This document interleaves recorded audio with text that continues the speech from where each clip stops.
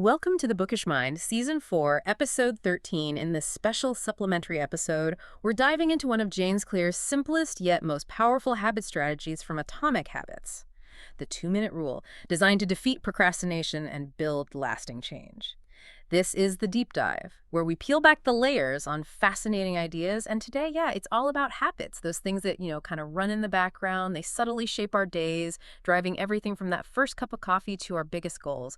We're going to explore how even tiny little actions can unlock really massive transformations. And it's actually pretty amazing how much of our lives are running on autopilot. Researchers estimate, 40 to 50% of what we do each day, just pure habit. But I think the real insight goes deeper than that number. A habit, even one taking just seconds, can shape the conscious decisions that come next. For minutes, sometimes hours. Okay. Think of them like entrance ramps onto a highway. Once you're on that ramp, well, it's just easier to keep going, right? Yeah, momentum. Exactly. Yeah. It's harder to suddenly swerve off and start something totally new. We've all been there, haven't we? Sitting through a terrible movie because we started it. Or keep snacking even when you're full. Or that quick check of the phone turns into 20 minutes gone. Poof! These tiny automatic choices, they often set the trajectory for what you consciously choose to do next. That entrance ramp idea really clicks. It shows that sort of invisible power. But how do we get on the right ramp? Intentionally, especially for new habits. And this brings me to someone like Twyla Tharp, the amazing dancer and choreographer. She actually talks about this. Oh, right. Her morning ritual. Yes. She says, I begin each day of my life with a ritual. But the surprising part, it's not the grueling 2-hour workout she does. She wakes up super early, 5:30 a.m., puts on her workout gear, walks outside her place in Manhattan, and hails a taxi. Just hails a cab. Tells the driver of the gym. And that's it. That's the ritual. The cab ride is the ritual. The moment she tells the driver where to go, she says, the ritual's done. It's such a tiny action, but it's a perfect example of that third law of behavior change Clear talks about. Make it easy. But it's that decisive start that counts, not the whole workout itself. That's spot on. And it leads us right into this idea of decisive moments. Every day, you face, maybe a handful of these moments that just have an outsized impact on everything else. Okay. They really are forks in the road. Yeah. Think about it. That moment you decide, take out or cook dinner. Yep. Know that one well. Or, grab the game controller versus opening the textbook. These little choices, they seem small one by one, but they stack up. And they can lead to totally different places by the end of the day. It's fascinating to see how that plays out, not just for famous choreographers, but for, regular life. James Clear shares his own example, right? About 5:15 p.m. Yeah, that specific time. His wife gets home from work, and there's this tiny moment, this fork in the road. Option A, change into workout clothes, head to the gym. Option B, collapse on the couch, order Indian food, watch The Office. A classic dilemma. Totally. And for him, just like Tharp hailing the cab, the key ritual is simply changing into his workout clothes. He says if he just changes the clothes, he knows the workout will happen. Everything else, the drive, picking exercises, actually lifting it all, becomes easy once that first step is taken. And what's really insightful there is how these decisive moments sort of predetermine the options available to your future self. It's like walking into a restaurant. Yeah. That's a decisive moment, right? Because it determines what's on the menu for lunch. You still choose what you order, sure, but only from that menu. If you walk into a steakhouse... You're getting steak, not sushi. Exactly. You get a sirloin, a ribeye, whatever, but no sushi. Your options are constrained by that first choice. And our habits do the same thing. They limit or rather guide where we go next. That's why mastering these moments is just so crucial. The day's made of lots of moments, but it's really a few key habitual choices that set the path. These little choices stack up, each one setting the trajectory for the next chunk of time. So like we said, habits are the entry point, not the end point. They're the cab, not the gym. Okay, so what does this mean for us when we're actually trying to build good habits? Because it's so easy, right? You get excited about a change. Yeah, you go all in. And you start too big. We picture this huge transformation, and we try to do way too much too soon. Happens all the time. And that's where James Clear brings in this incredibly practical idea, the 2-minute rule. And the rule itself is just strikingly simple. When you start a new habit, it should take less than 2 minutes to do. It's brilliant, really, because you can take almost any habit, no matter how big, and scale it down to a 2-minute version. So like read before bed each night. That just becomes one page. Okay. Or do 30 minutes of yoga. Nope, just take out my yoga mat. Study for class becomes open my notes. Fold the laundry could be just fold one pair of socks. Right. And run 3 miles becomes tie my running shoes. The whole strategy behind this is just making it as easy as humanly possible to start. Anyone can do these things, right? Absolutely. Anyone can meditate for 1 minute or read 1 page or put 1 shirt away. And like we saw with Tharp in the gym routine, once you've actually started doing the right thing, it's so much easier to just keep going. A new habit shouldn't feel like this huge challenge at the beginning. The stuff that comes after might be hard, yeah, but those first 2 minutes, effortless. You're not aiming for the whole final behavior. You're aiming for what Clear calls a gateway habit, something that just naturally leads you down a better path. Yeah, a gateway habit. And you can actually figure these out by mapping your bigger goals on a scale. Think very easy to very hard. Okay. So running the marathon, very hard. Doing a 5K, still hard. Walking 10,000 steps, moderately difficult. Walking for 10 minutes, easy. Putting on your running shoes, that's very easy. Gotcha. Your goal might be the marathon, but your gateway habit, applying the 2-minute rule, is just putting on the shoes or writing a book. Very hard. Gateway habit, write 1 sentence. 1 sentence. For earning a PhD, open your notes. The point here isn't really about doing just one tiny thing and stopping. The real point is mastering the habit of showing up. Just showing up. Showing up is the skill. It is, because a habit has to be established before it can be improved. If you can't even manage the basic skill of showing up consistently, well, you've got little hope of mastering the finer points later. You absolutely have to standardize before you optimize. I have to admit, though, when I first heard about the 2-minute rule, I kind of thought, isn't this just like a trick? Am I just tricking myself? Yeah. I know the real goal is bigger than 2 minutes, so how does just doing this tiny thing actually work? Why would I fall for it? That's a really fair question, and it gets right to the core of why it's so effective. The counterintuitive advice here is pretty interesting. Clear suggests, if it feels forced, try this. Do it for only 2 minutes and then stop. Stop. Actually stop. Actually stop. Go for your run, but you must stop after 2 minutes. Start meditating, but only for 2 minutes. Then stop.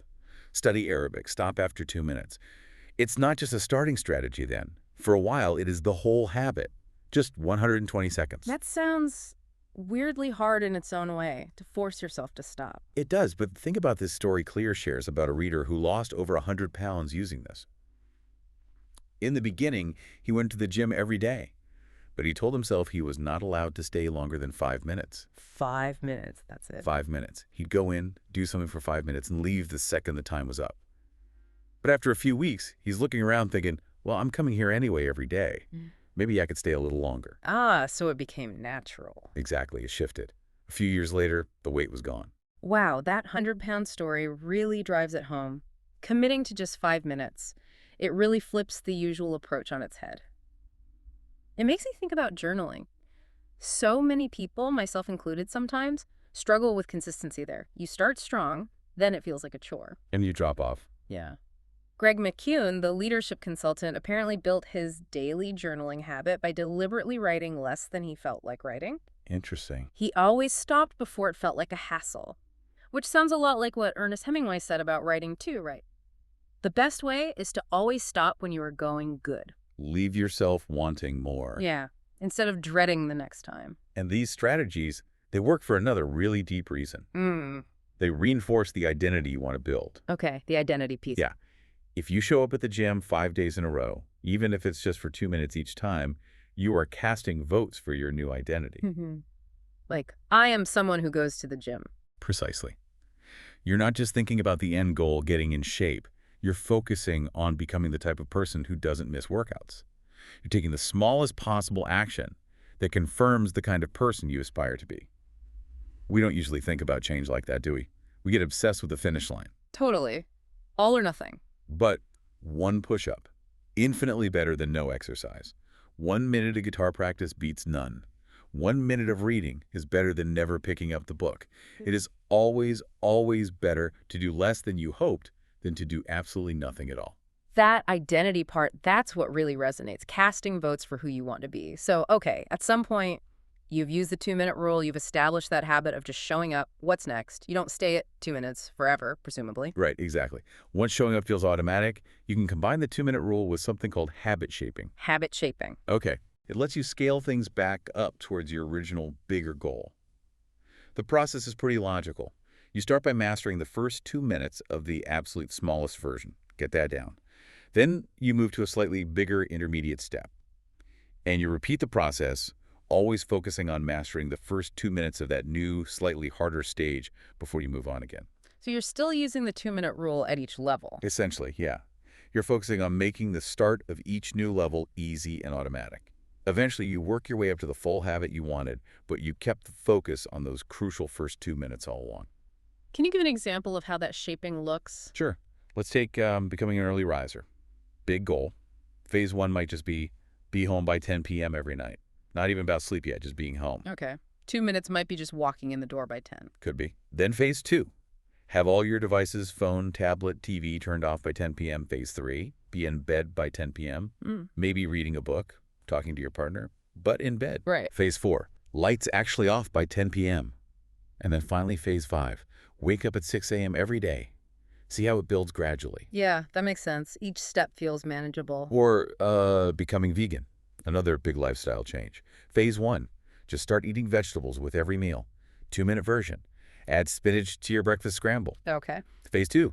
Stop eating animals with 4 legs. Beef, pork, lamb gone. Phase 3. Stop eating animals with 2 legs. Chicken, turkey out. Phase 4. Stop eating animals with no legs. Fish out.